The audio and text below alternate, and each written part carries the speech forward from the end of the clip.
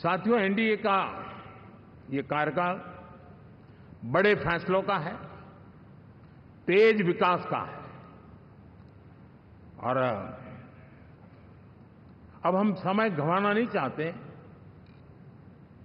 कि हम 5 नंबर की इकोनॉमी से 3 नंबर की इकोनॉमी पर पहुंचना है।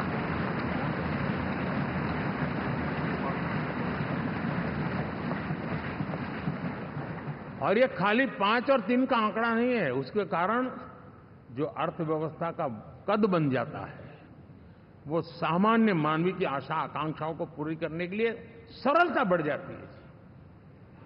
देश के लिए जो जरूरतें हैं वो आराम से पूरी करने का सामर्थ्य बन जाता है। और इसलिए हम उस दिशा में बड़ी कोशिश करके आगे बढ़ना चाहते हैं। राज्यों का सहयोग भी उसमें उतना ही महत्वपूर्ण है। और भारत के संविधान ने हमें जिस प्रकार का दिशा निर्देश किया है कोऑपरेटिव फेडरलिज्म का, लेकिन मैंने उसमें आग्रह रखा है कॉम्पिटिटिव कोऑपरेटिव फेडरलिज्म।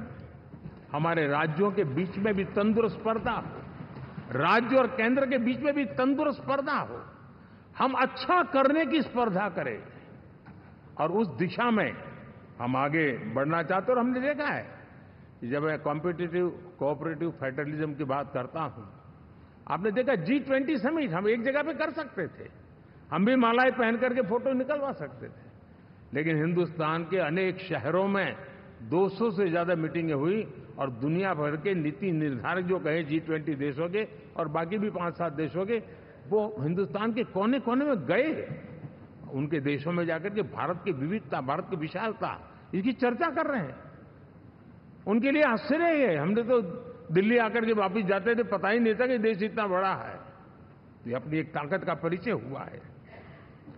हमने कोविड में देखा, राज्यों के साथ कोऑपरेशन के साथ हमने जिस प्रकार से लड़ाई लड़ी और एक सूत्र में रह करके लड़े, दल किसी का भी हो सरकार में, लेकिन हमने इस काम को किया क्योंकि हमारा कोऑपरेटिव फेडरलिज्म के प्रति कमिटमेंट है।